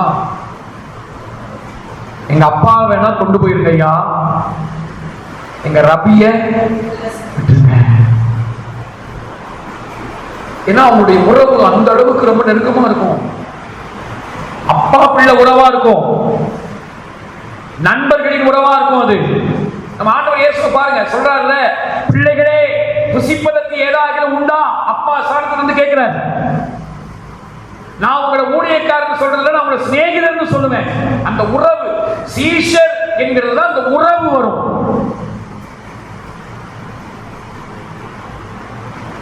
அப்போ நம்ம விளங்கிக் கொள்ளணும், நம்ம கிறிஸ்தவர்கள் என்பது முக்கியம் இல்லை. அதெல்லாம் சும்மா ஒரு அடிப்படை. உலகத்துல ஒரு பேருக்காக நம்ம சொல்றது. கிறிஸ்தவர்களா இருக்கிறதுனால பரலோகம் போயிட முடியாது. கிறிஸ்தவர்களா இருக்கிறதுனால தேவனை பிரியப்படுத்த முடியாது. யாரா மாறணும்? இன்னைக்கு ஆண்டுடைய இதயத்தினுடைய பாரம் என்ன? கிறிஸ்தவங்க இல்லை, அவருக்கு தேவை யார் வேண்டும்? சீஷர்கள். எல்லாம் ஜெபிக்க போறோம். ஐயா, எங்களையும் உங்க சீஷர்களா மாற்றுங்க. எங்களை கொண்டு அநேக சீஷர்களை நாங்கள் உருவாக்க உதவி செய்யப்பா. எத்தனை பேர் கேட்க போறீங்க? தேவ சமுத்திரம் கேளுங்க. இதே மாதிரி அந்த முதல் ஜெப குறிப்பை ஜெபம் பண்ண மாதிரியே இந்த குறிப்புக்காகவும் ஜெபிக்க போறோம். எல்லாம் வாயை திறந்து, ஆண்டவரே நாங்கள் கிறிஸ்தவங்களா இருக்கிறது முக்கியம் இல்லப்பா, எங்களை சீஷர்களா மாற்றுங்கப்பா. எல்லாம் கேளுங்க. நாங்க எங்க மூலமா அநேக கிறிஸ்தவங்களை நாங்க உருவாக்குறது முக்கியம் இல்ல ஆண்டவரே, நாங்க அநேக சீஷர்களை நாங்க உருவாக்கணும். ஐயா, அநேக சீஷரை உருவாக்கணும். சகல ஜாதிகளை சீஷராக்குங்கன்னு சொல்லியிருக்கீங்கப்பா. உங்க சீஷரா மாற்றணும். எங்களுக்கு உதவி செய்யப்பா. கேளுங்க கேளுங்க, மாற்றுங்கப்பா.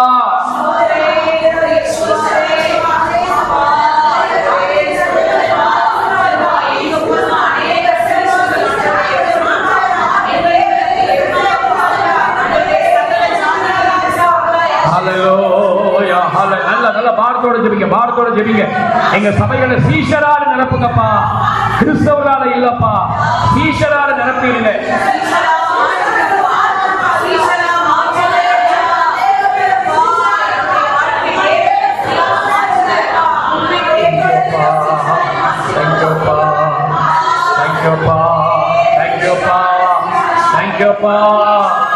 ஆண்டவரே, சீஷராக்குங்கன்னு சொன்னீங்களப்பா, எங்களை சீஷராக்கிறவங்களா மாற்றுங்கப்பா.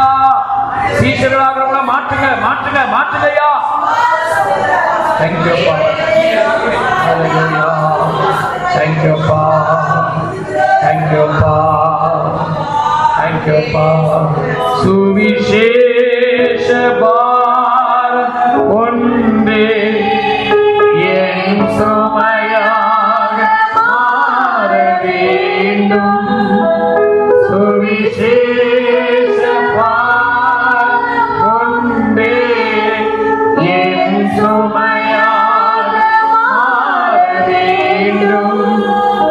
என் வாயின் வார்த்தையெல்லாம்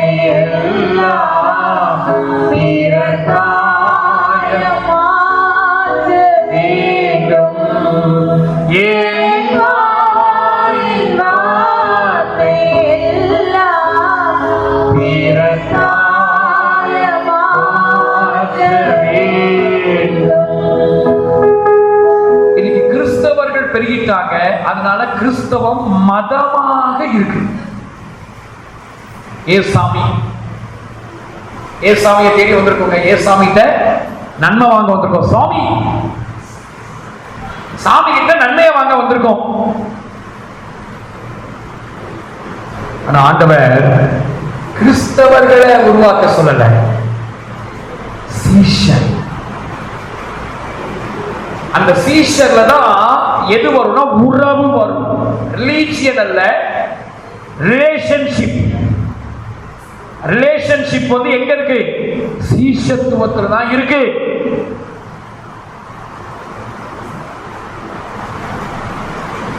தேவஜனமே,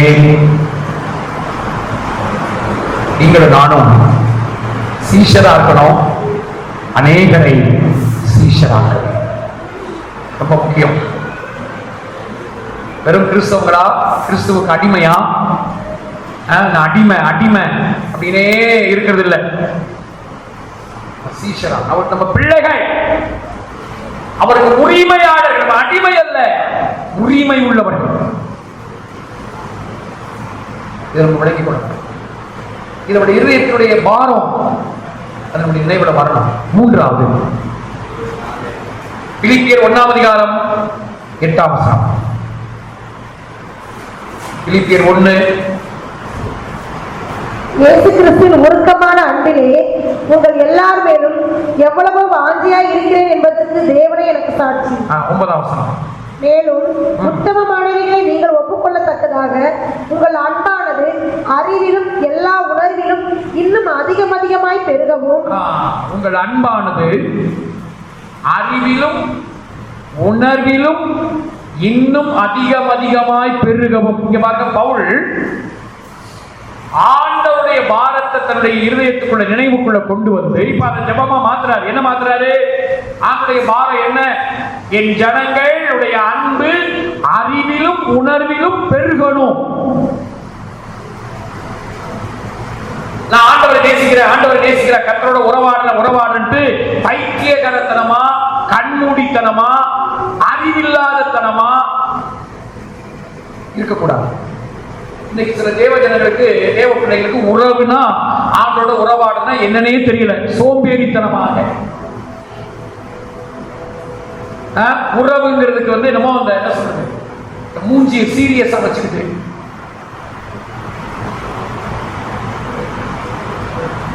முகத்தை வச்சுதான் உறவாடுறோம். நம்மளாம் அப்படி கர்த்தரோட நெருங்கி இருக்கும். உண்மை என்ன தெரியுமா? கர்த்தரோட உறவாடுறவங்க முகம் சிரிச்ச முகமா இருக்கும், சிடுமூஞ்சியா இருக்காங்க. பார்க்கும் போதெல்லாம் மூஞ்சி சிடுமூஞ்சியா இருக்கா, அது பேய்.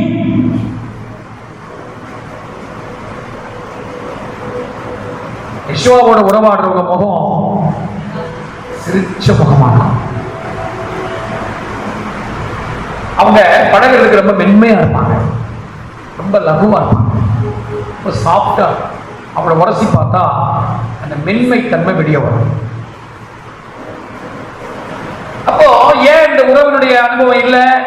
அன்பு என்ன செய்யல? அறிவிலும் உணர்விலும் என்ன செய்யல? பெருகல. உங்கள் அன்பானது அறிவிலும் உணர்விலும் பெருகணும்னு சொல்லி பவுல் ஜெபிக்கிறார். இது அவரா ஜெபிக்கிற ஜெபம் இல்ல, தேவனுடைய பாரம் அவருடைய இருதயத்தின் நினைவுக்குள்ள வந்து அந்த நினைவை ஜெபமாக மாற்றுகிறார். நம்மள ஜெபிக்கலாமா? ஆண்டவரே, எங்க அன்பு காலமா ஏதோ ஒரு கண்மூடித்தனமா என்னமோ ஒரு மாதிரி வறட்டு தனமா அன்பு கூற ஆண்டவரை நேசிக்கிறேன், நான் உறவாடன்னு சொல்லி ஒரு மாதிரி வறண்ட தன்மையா ஒரு வறட்டுத்தனமா இருக்கிறது இல்லை. எங்க அன்பு அறிவிலும் உணர்வுலையும் பெருகணும்ப்பா. நம்ம முகத்தை பார்க்கும் போதே மற்றவங்க கவலை போயிடணுங்க. வேதனையோட வர்றாங்க, கவலையோட வர்றாங்கன்னா உங்க முகத்தை பார்த்தா அவங்களுக்கு இருக்கிற அந்த கவலை போயிடும். அந்த முகம் சிரிச்ச முகமான கிறிஸ்துவை பிரதிபலிக்கிற முகமான முகம் மாறணும். ஜெபிக்கலாமா? வாயத்துக்கு ஜெபம் பண்ணுங்க, எல்லாரும் வாயத்துக்கு ஜெபம் பண்ணுங்க. ஆண்டவரே, நாங்க உங்களை நேசிக்கிற அந்த அன்பு அறிவிலும் உணர்வுலையும் பெருகணும் அப்பா. ஜெபிங்க ஜெபிங்க ஜெபிங்க, வாயத்துக்கு ஜெபம் பண்ணுங்க. சத்தம் போதா நல்லா சத்தத்தை உயர்த்தி ஜெபிக்கணும். சத்தத்தை உயர்த்தி ஜெபிங்க. ஆண்டவரே, எங்க அன்பு ஒரு வறட்சித்தனமான அன்பா இல்லப்பா, வறண்ட அன்பா இல்ல, ஒரு ட்ரையா இருக்கிற அன்பு அது இல்லப்பா. அன்பு அறிவிலும் உணர்விலும் பெருகணும் ஐயா, அறிவிலும் உணர்விலையும் பெருகணும்ப்பா. எங்க அன்பு பெருகணும் ஆண்டவரே, பெருகணும்ப்பா.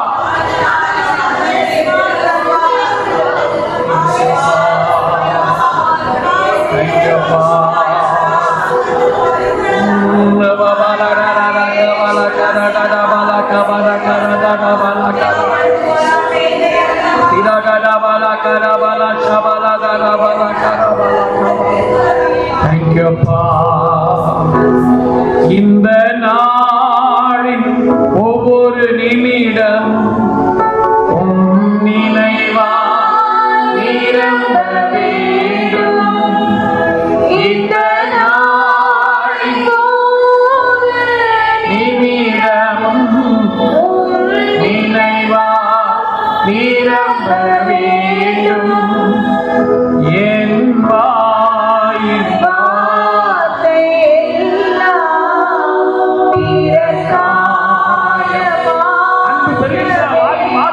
காயப்படுத்தாது, காயத்தை ஆற்றும்.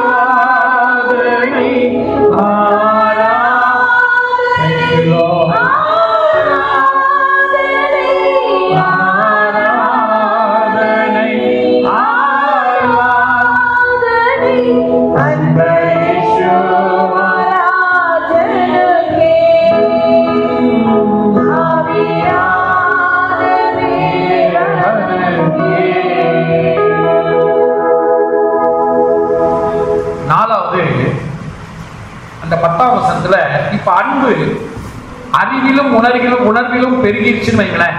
நான் அன்பு கூறுறேன், நான் அறிவிலும் உணர்வு அன்பு பெருகிட்டு இருக்கு, நான் உறவுல ஆண்டவரோட உள்ள உறவுல பெருகிறேன்னு வாயில சொல்ல வேண்டியதில்லை. அது எப்படி வெளிப்படும்? தேவனுக்கு மகிமையும் துதியும் உண்டாகும்படி இயேசு கிறிஸ்துவினால் வருகிற நீதியின் கனிகளால் நிறைந்தவர்களாகி. அப்ப அன்பு எப்படி வெளியே வரும்? கனிகளால் நிறைந்தவர்களாகி. அந்த அன்பு எப்படி வெளிப்படும்? கனியா வெளிப்படும். அந்த கனிங்கிறது என்ன? வாயின் வார்த்தை மற்றவங்க காயத்தை ஆற்றும். நம்மளோட பழகிறவங்களுக்கு நம்ம மூலமா என்ன வெளிப்படும்? அருமையான இனிமையான அந்த தன்மை வெளிப்படும், தாழ்மை வெளிப்படும், பொறுமை வெளிப்படும், மன்னிக்கிற சுபாவம் வெளிப்படும், சகிப்புத்தன்மை வெளிப்படும், அடங்கி போகிற தன்மை வெளிப்படும். இதெல்லாம் வெளிப்படுதா? அப்பதான் நம்ம அன்பு அறிவிலும் உணர்விலும் பெருகுதுன்னு அர்த்தம். இல்லனா நான் உறவாடுறேன் பேர்ல வம்பு தான் பெருகிட்டு. கவனம்.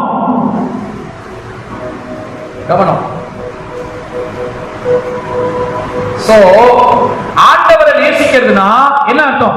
தேவனை அன்பு கூறுவதுனா என்ன அர்த்தம்? அது கனிகளாக வெளிப்பட வேண்டும். ஜெபிக்கலாமா?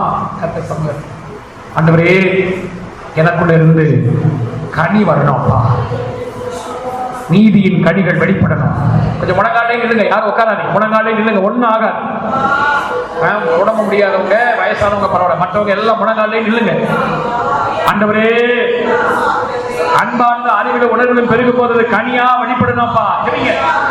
கத்தட்ட கேளுங்க, கனியா வெளிப்படணும் ஐயா. எங்க வாயின் வார்த்தைகள் மற்றவங்க காயத்தை ஆற்றணும். எங்களுக்கு வந்து பொறுமை வெளிப்படணும், தாழ்மை வெளிப்படணும், மன்னிக்கிற தன்மை வெளிப்படணும், சகிப்பு தன்மை வெளிப்படணும், மற்றவங்களை சுமக்கிற தன்மை வெளிப்படணும் ஐயா. ஐயா, எங்களுக்கு உதவி செய்யுங்க. உங்க பொறுமை வரும், எங்களுக்கு மனதுருக்கம் வரும். ஆண்டவரே, சத்தங்களை நேசிக்கிற அந்த அன்பு வரும். பகை கசப்பு விரோதமான வெளியே போயிடுமே அப்பா. அந்த அனுபவத்தை தாங்கப்பா, இந்த அனுபவத்தை தாங்க. கேளுங்க கேளுங்க, ஆண்டவரை கேளுங்க.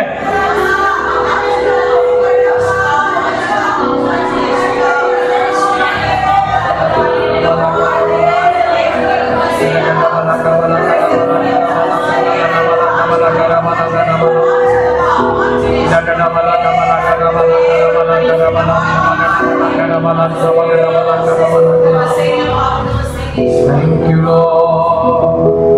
Thank you.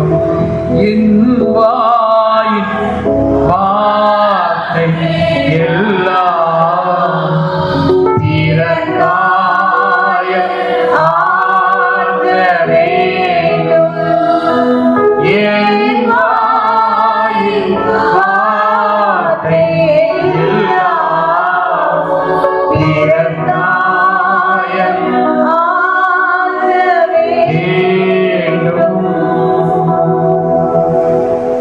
கடைசி ஜெபக்குறி. நம்முடைய இருதயத்தின் பாரம் நம்ம நினைவுல கொண்டு வந்து நம்ம ஜெபிக்கிறோம். அடுத்த வசனம் 11ஆம் வசனம், பிலிப்பியர் 1:11. நீங்கள் கிறிஸ்துவின் நாளுக்கென்று, அதாவது வருகையின் நாள், கிறிஸ்துவின் நாளுக்கென்று துப்புரவானவர்களும் இடரற்றவர்களுமாய் இருக்கவும் வேண்டுதல் செய்கிறேன். பாத்தீங்களா, இப்பதான் ஜெபம் பவுல் செய்த ஜெபம். கிறிஸ்துவின் நாளுக்கென்று 2 அனுபவத்தை சொல்றாரு பாருங்க. என்னது? துப்புரவு, இடரற்றவர்களுமாய். 2 விஷயம். துப்புரவுங்கிறது அந்தரங்க பரிசுத்தம், இடரற்ற அப்படிங்கிறது வெளியரங்கமாய் வெளிப்படுகிற பரிசுத்தம். வருகையில் போவதற்கு ஏற்ற பரிசுத்தம் நமக்கு உண்டாகும். அது 2 பகுதி இருக்கு. துப்புரவுங்கிறது உள்ள அந்தரங்கத்துல நம்முடைய சிந்தை, நம்முடைய அந்தரங்க வாழ்க்கை, யாரும் பார்க்காத அந்த 4 சுவத்துக்குள்ள நான் யார், அதான் துப்புரவு. இடரற்ற தன்மைங்கிறது மற்றவங்க நம்ம வாழ்க்கையை பார்த்து இடறி போய் விடாதபடிக்கு. உதாரணமா நம்ம போடுற ட்ரெஸ் மற்றவங்களுக்கு இடரலா இருக்கா, வேண்டாம். நம்ம வெளிப்படையா நம்ம பண்ற மேக்கப்ஸ் எதுவானாலும் சரி, அது நம்ம பேசுற வார்த்தை அல்லது யாரோடைய பழகுகிற இந்த விதம் மற்றவங்களை இடறி போக பண்ணக்கூடிய விதத்துல இருக்குதா, அது வேண்டாம். அவங்கள பாருங்களேன், ஒரு நல்ல வசனம் ரோமர் 14 கடைசியா 15 கடைசியா தெரியல. என் சகோதரனுக்கு இடர்கள் உண்டாக்குமா இருந்தா மாம்சத்தை புசிக்கிறது கூட நான் புசிக்காம இருப்பேன்னு சொல்றேன். வசனம் 14 கடைசியா 13 8:13 படிங்க. 1:8:13. ஆதலால் போஜனம் என் சகோதரனுக்கு இடர் உண்டாக்கினால் நான் என் சகோதரனுக்கு இடர் உண்டாக்காதபடிக்கு என்றைக்கும் மாம்சம் புசியாதிருப்பேன். நான்வெஜ் சாப்பிடுறது என்னுடைய சகோதரனுக்கு இடர்லா இருந்தா நான் அதை கூட சாப்பிடுறத விட்டுருவேன்னு சொல்றாரு பவுல். அதுக்காக உங்களை நான் நான்வெஜ் சாப்பிட வேண்டாம்னு சொல்ல, அந்த அளவுக்கு மற்றவங்க இடறி போக கூடாது, என் வாழ்க்கையினால மற்றவங்க இடறிட கூடாதுங்கிறதுக்கு அவ்வளவு கவனமா இருக்காரு பாருங்க. அதான் வெளியரங்கமான பரிசுத்தம். வெளியரங்கமான பரிசுத்தம் அதாவது என்ன கவனிங்க. இப்ப நான் ஒரு முக்கியமான ரகசியத்தை நான் சொல்றேன். அதாவது இப்போ சில சபைகள் எல்லாம் முடிய விரிச்சு போட்டுட்டு சகோதரிமார்கள் வொர்ஷிப் நடத்துறாங்க. முடிய விரிச்சு போட்டுட்டு அந்த ட்ரெஸ்ஸிங் சென்ஸ் வந்து ஒரு மாதிரி ஒழுங்கா இல்லாத மாதிரி அவங்க பண்றாங்கன்னு வைங்களேன். அவங்க பரிசுத்தவான்கள் தான், அவங்களுக்கு பிரச்சனை இல்லை. ஆனால் யாருக்கு பிரச்சனை? அதை சொல்லுங்க, யாருக்கு பிரச்சனை? பார்க்கிறவங்களுக்கு பிரச்சனை. அப்போ அவங்க இடறி போகாதபடிக்கு நான் அதை என்ன செய்யக்கூடாது, அப்படி இருக்கக்கூடாது.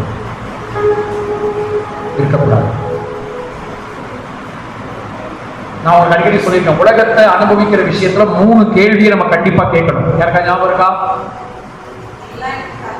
எல்லாம் எனக்கு தகுதியா, இது எனக்கும் மற்றவங்களுக்கும் பக்தி விருத்தியை உண்டாக்குமா, இது என்ன அடிமைப்படுத்துமா? அந்த 3 கேள்விகளுக்கும் ஆமா இது தகுதி, இது எனக்கும் மற்றவங்களுக்கும் பக்தி விருத்தியை தான் உண்டாக்கும்,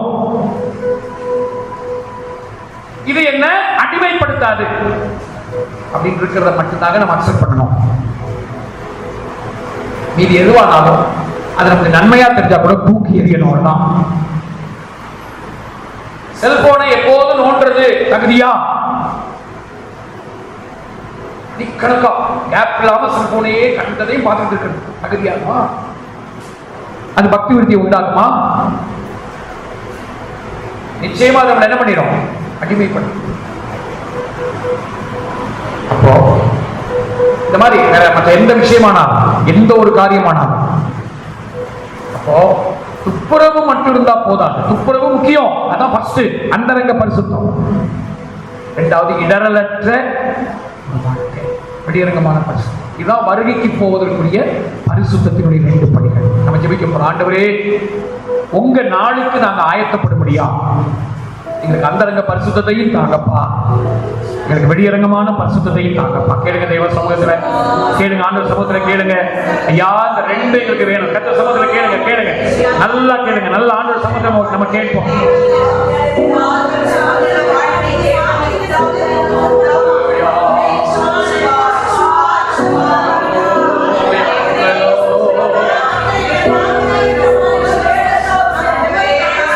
ஆண்டவரே நன்றியப்பா,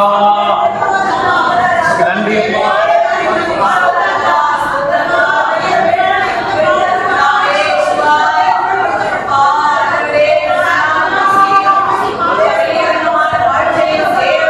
தேங்க்யூப்பா, கர்த்தர் உதவி செய்யப்பா. தேங்க்யூ. ஹல்லேலூயா. அந்தரங்க பரிசுத்தம் எங்களுக்கு வேணும் ஐயா, வெளியரங்கமான பரிசுத்தம் வேணும் ஐயா. துப்புரவு இடர்லற்ற அனுபவத்தை தாங்கப்பா. எங்களோட நீங்க பேசுங்க, நாங்க எதெல்லாம் மாற்றணுமோ மாற்றி எங்களோட பேசுங்கப்பா.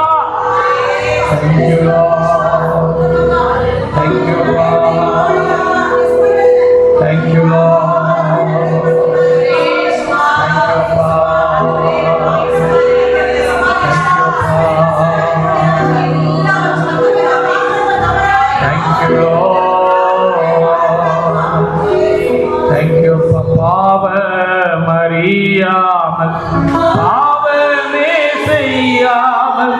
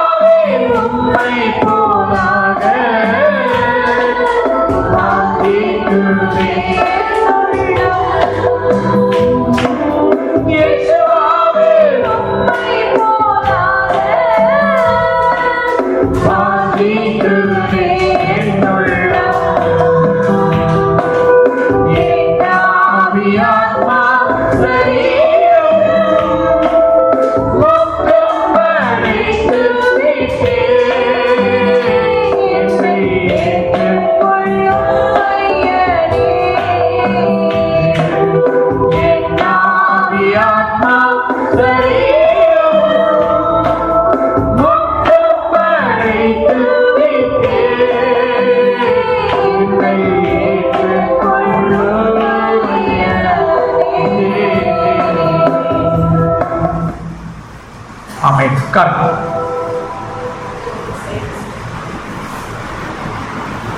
சரி, இன்னும் கொஞ்சம் நிமிஷம் இருக்கு. மீதி உள்ள விஷயத்தை 3 விஷயத்தை நான் சொல்லி நான் முடிக்கிறேன். அப்பதான் நாளைக்கு அந்த 7 விதமான ஜெபத்துக்குள்ள நம்ம கடந்து போகணும். ஓகே, அப்போ தெரியுது, நமக்கு தெரியுது ஜெபம்ங்கிறது எங்க இருந்து வரணும்? நினைவிலிருந்து வரணும். அவருடைய பாரத்தை நம்ம நினைவுக்குள்ள கொண்டு வருவார், வைப்பார். அதான் ஜெபமாக வெளியே வர வேண்டும்.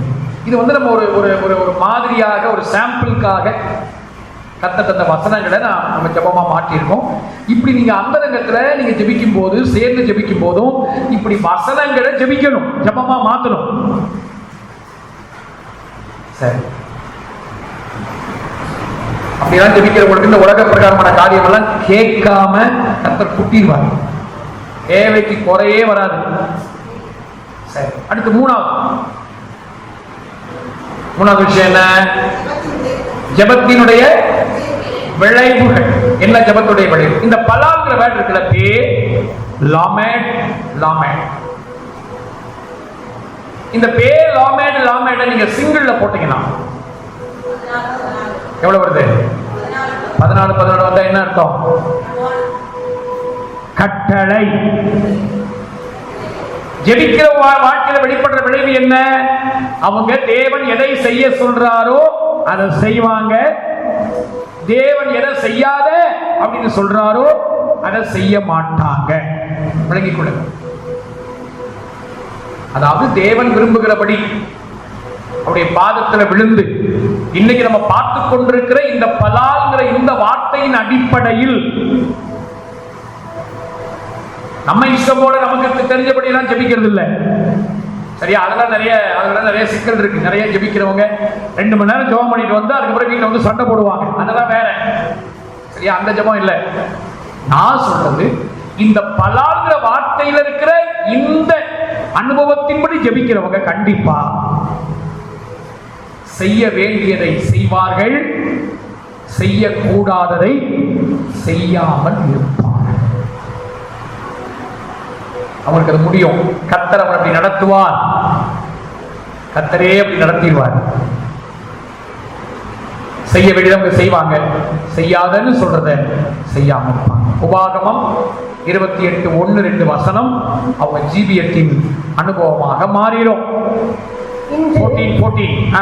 இன்று நான் உனக்கு விதிக்கிற உன் தேவனாகிய கர்த்தருடைய கட்டளையின்படியெல்லாம் செய்ய நீ கவனமாய் இருக்கும்படிக்கு அவர் சத்தத்திற்கு உண்மையாய் செவி கொடுப்பாயானால் உன் தேவனாகிய கர்த்தர் பூமியில் உள்ள சகல ஜாதிகளிலும் உன்னை மேன்மையாக வைப்பார். நீ உன் தேவனாகிய கர்த்தரின் சத்தத்திற்கு செவி கொடுக்கும் போது இப்பொழுது சொல்லப்படும் ஆசீர்வாதங்கள் எல்லாம் உன்மேல் வந்து உனக்கு பலிக்கும். அப்போ ஜெபிக்கிறவங்க அவருடைய கண் வந்து அவருடைய பார்வை ஆசீர்வாதத்தின் பக்கத்துல போகாது. அது இரண்டாவது. அவங்களுடைய பார்வை வந்து ஆண்டவரே நீங்க என்ன செய்ய சொல்றீங்களோ அதை நான் செய்யறேன். 14 நீங்க எதை செய்ய வேண்டாம்னு சொல்றீங்களோ செய்யாம இருக்கிறேன். அப்போஸ்தலர் 9:6 பாருங்க. பலா பாதத்திலே விழுந்த இந்த பலல் அப்படிங்கிற அனுபவத்துக்குள்ள வந்த பவுல் கேட்ட முதல் கேள்விதான், ஆண்டவரே நான் என்ன செய்ய சுத்தமாய் இருக்கிறேன்? ஆண்டவரே நான் என்ன செய்ய சித்தமாய் இருக்கிறேன்? நீ சொல்லும் மடியே கேட்கிறேன். 14 செய்ய வேண்டியதை செய்வாங்க, செய்யக்கூடாதுன்னு ஆண்டவர் சொல்லி வச்சிருக்கிறத செய்ய மாட்டாங்க. ஜெபிக்கிறவனுடைய வாழ்க்கையில வர்ற விளைவு. சரி, அடுத்து 4வது ஜெபத்தினுடைய அனுபவம் என்ன? 3 எழுத்தங்க பார்க்கிறோம். பே லாமேட் லாமேட். பே அப்படின்னா பேசுவது. எல்லாரும் சொல்லுங்க, பேனா என்ன அர்த்தம்? பேசுவது. அப்ப ஜெபத்துல என்ன அனுபவம் இருக்கும்? நம்ம தேவனோட பேசணும், அவர் நம்மோட என்ன செய்வார்? ரெண்டும் இருக்கும். வெறும் நம்ம மாத்திரம் பேசிட்டு இருக்கிறது இல்லை, அவர் பேசுறதையும் கேட்கணும். யாத்ராகமம் 33ஆம் அதிகாரம் 11, 12, 13 வசனங்களை பாருங்க. மோசேயும் பேசுறாரு, தேவனும் பேசுறாரு, ரெண்டு பேருமே பேசுறாங்க. ஒருவன் தன் சிநேகிதனுடைய பேசுவது போல கர்த்தர் மோசேயோட முகமுகமாய் பேசினார். தேவன் பேசுறாரு, மோசே கவனமா பொறுமையா கேட்கிறார். பின்பு அவன் பாளையத்துக்கு திரும்பினான். நூனின் குமாரனாய் யோசுவா என்னும் அவனுடைய பணிவிடைக்காரனாகிய வாலிபன் ஆசரிப்பு கூடாரத்தை விட்டு பிரியாதிருந்தான். மோசே கர்த்தரை நோக்கி, தேவரீர் இந்த ஜனங்களை அழைத்துக் கொண்டு போய் என்று சொன்னீர், ஆகிலும் என்னோட கூட இன்னாரை அழைப்புவேன் என்பதை எனக்கு நீர் அறிவிக்கவில்லை என்றாகிலும் உன்னை பேர் சொல்லி அழைத்து அறிந்திருக்கிறேன் என்றும் என் கண்களில் உனக்கு கிருபை கிடைத்தது என்றும் தேவரீர் சொன்னதுண்டே. உம்முடைய கண்களில் இப்பொழுது எனக்கு கிருபை கிடைத்ததானால் நான் உம்மை அறிவதற்கும் உம்முடைய கண்களில் எனக்கு கிருபை கிடைப்பதற்கும் உம்முடைய வழியை எனக்கு அறிவியும். இந்த ஜாதி உம்முடைய ஜனம் என்று நினைத்தருளும் என்றான். அப்ப பாருங்க, தேவனும் பேசுறாரு, மோசேயும் பேசுகிறார். அதுக்கு பேர் தான் என்னது? அப்ப ஜெபத்துல என்ன உண்டாகணும்? கடவுளும் நம்மகிட்ட பேசணும், நாமும் அவர்கிட்ட பேசணும். அப்ப அவர் எப்படி பேசுவார்? வேதத்தை படிக்கும் போது வசனத்தின் மூலமா நம்மோட பேசுவார். அப்ப நமக்கு என்ன தெரியுது? ஜெபத்தையும் வேதத்தையும் என்ன செய்ய முடியாது? பிரிக்க முடியாது. வேதமா ஜெபமா அப்படிங்கிற அந்த கேள்வியே தப்பு. வேதம் இல்லாம என்ன இல்ல? நீதிமொழிகள் வசனம் இருக்குங்க, வேதத்தை கேளாதபடிக்கு செய்கிற ஜெபம் என்னது? அங்கீகரிக்கப்படாதுன்னு சொன்னா கூட பரவாயில்லைங்க, அருவருப்பா. வேதம் இல்லாத ஜெபம் ஆண்டவருக்கு அருவருப்பு. இங்க இருக்க வசனம் நீதிமொழிகள் 28:9. கரெக்டா சொல்றாங்க, 28:9 படிங்க.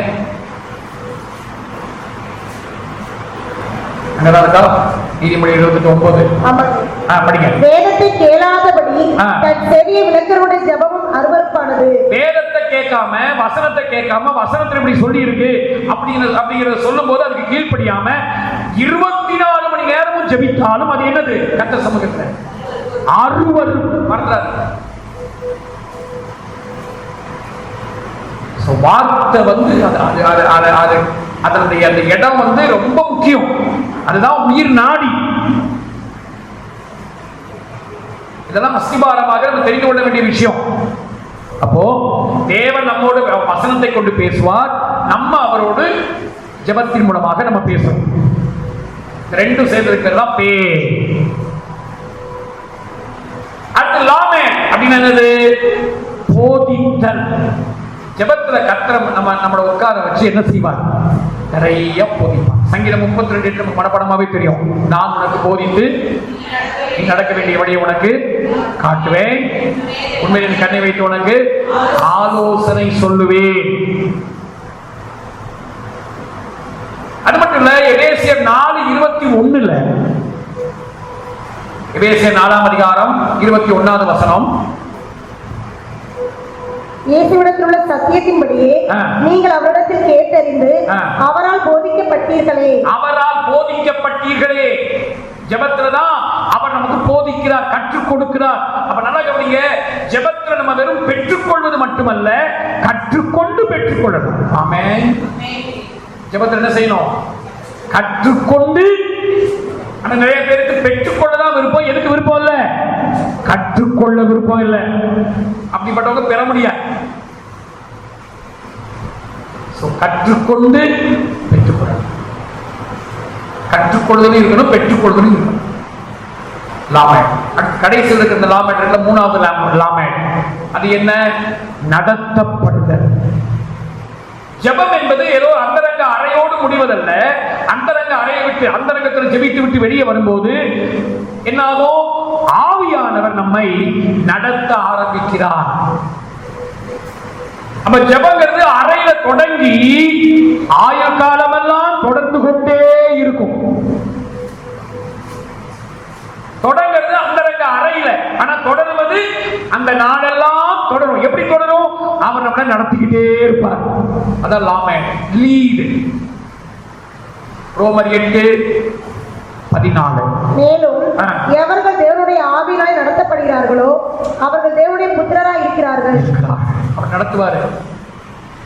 யோவான் 16:13 சொல்லியிருப்பது போல சகல சத்தியத்திலும் நம்மை நடத்துவார். யோவான் 16:13. ஜான் 16:13. சத்திய ஆவியாகி அவர் வரும்போது சகல சத்தியத்திற்குள்ளும் உங்களை நடத்துவார்.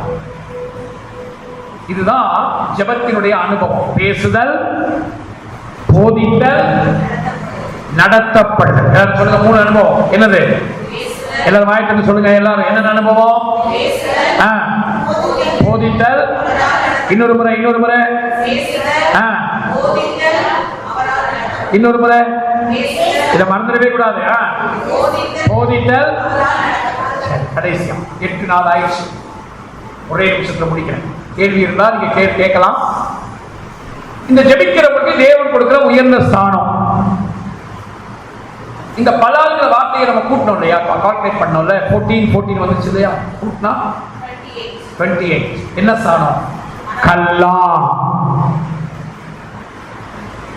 Gate, Lamech, K. அதனுடைய வேல்யூஸ் நீங்க போட்டீங்கன்னா 11 ஆர்டினல் வேல்யூ. 11 + 12 + 5 கூட்டினா எவ்வளவு? 28. அப்ப ஜெபிக்கிறவங்க தாங்க யாரு? மணவாட்டி. வெளிப்படுத்தல் 21:2 சொல்லப்பட்ட அந்த கூட்டு பெண்ணாகிய மணவாட்டி, மனித கூட்டு பெண், மனித கூட்டு மனிதனாகிய அந்த மணவாட்டி, அவங்க யாரு? ஜெபிக்கிறவர்கள், ஜெபித்தவர்கள். அதாவது இந்த விதமா இந்த பலாங்கிற அனுபவத்தில் சொல்லப்பட்ட பிரகாரமா ஜெபிக்கிறவர்கள். படிக்க 21:2. யோவானாகிய நான் புதிய எருசலேமாகிய பரிசுத்த நகரத்தை தேவனிடத்தினின்று பரலோகத்தை விட்டு இறங்கி வர கண்டேன். அது தன் புருஷனுக்காக அலங்கரிக்கப்பட்ட மணவாட்டியைப் போல ஆயத்தமாக்கப்பட்டிருந்தது. மணவாட்டியைப் போல ஆயத்தமாக்கப்பட்டிருந்தது. கல்லா. ஜெபிக்கிறவங்க தாங்க மணவாட்டி. அதாவது இந்த விதமா தேவன் விரும்புகிற விதமா ஜெபிக்கிறவங்க. இதுதான் ஜெபத்தை பற்றி நம்ம தெரிந்து கொள்ள வேண்டிய அஸ்திபாரமான விஷயம். நாளைக்கு காலையில ஐயா முதல் மெசேஜ் முடிச்சதுக்கு அப்புறம் எனது மனவாளனே என் இதய ஏக்கமே இனியவரே இயேசுயா உம்மை தான் தேடுகிறேன், நான் உம்மை தான் நேசிக்கிறேன். உம்முகம் பார்க்கணுமே, நான் உம்மை ரசிக்கணுமே. உம்முகம் பார்க்கணுமே, நான் உம்மை ரசிக்கணுமே. உம் பாதம் வரணுமே. அதே அதான் உம் பாதம் வரணுமே. ஓம் சித்தம் அறியணுமே, நானும் சித்தம் அறியணுமே. எனது மனவாளனே என் இதய ஏக்கமே. சகமருளா இனியவர் இயேசுயா உம்மை தான் தேடுகிறேன், நான் உம்மை தான் நேசிக்கிறேன். கர்த்தர் நல்ல ஒரு ஜெபாவினால் நினைத்துக் கொண்டிருக்கிறவர்களை கைகளை தட்டி ஆண்டவருக்கு நன்றி சொல்லுங்க. கர்த்தரை ஸ்தோத்திரம் பண்ணுவோம். எல்லா கர்த்தரை ஸ்தோத்திரம் பண்ணுங்க, ஸ்தோத்திரம் பண்ணுங்க. ஹalleluya. ஸ்தோத்திரம்.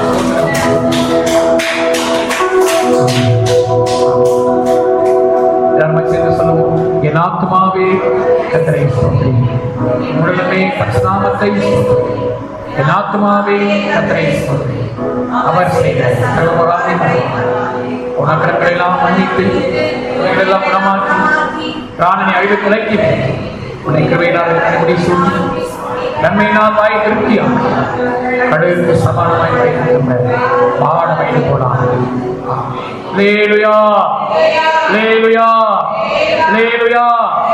எல்லாருக்கும் ஷலோம், பிரைஸ் லார்ட். நாளை காலை 10 மணிக்கெல்லாம் நம்ம கூட்டம் ஆரம்பிச்சிடும். 10:15 ஐயாக்கள் கொடுத்துருவேன். ஸோ அவங்க இன்னைக்கு பேசுன மாதிரி அவங்க கர்த்தருடைய வார்த்தையை கொடுப்பாங்க. அப்புறம் ஒரு சின்ன பிரேக். அதுக்கப்புறம் நம்ம அடுத்த செஷனுக்குள்ள கடந்து போவோம். ரொம்ப முக்கியமான செஷன்ஸ் நாளைக்கு. பாருங்கள், கர்த்தரை ஆசீர்வதிப்பாங்க. ஆமென். தேங்க்யூ.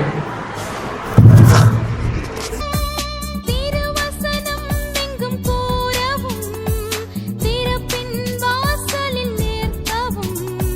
திருவசனம் எங்கும் கூறவும், திறப்பின் வாசலில் நிற்கவும். இயேசுவின் நுகத்தை ஏற்கவும், இயேசுவின் நுகத்தை ஏற்கவும். வருகையில்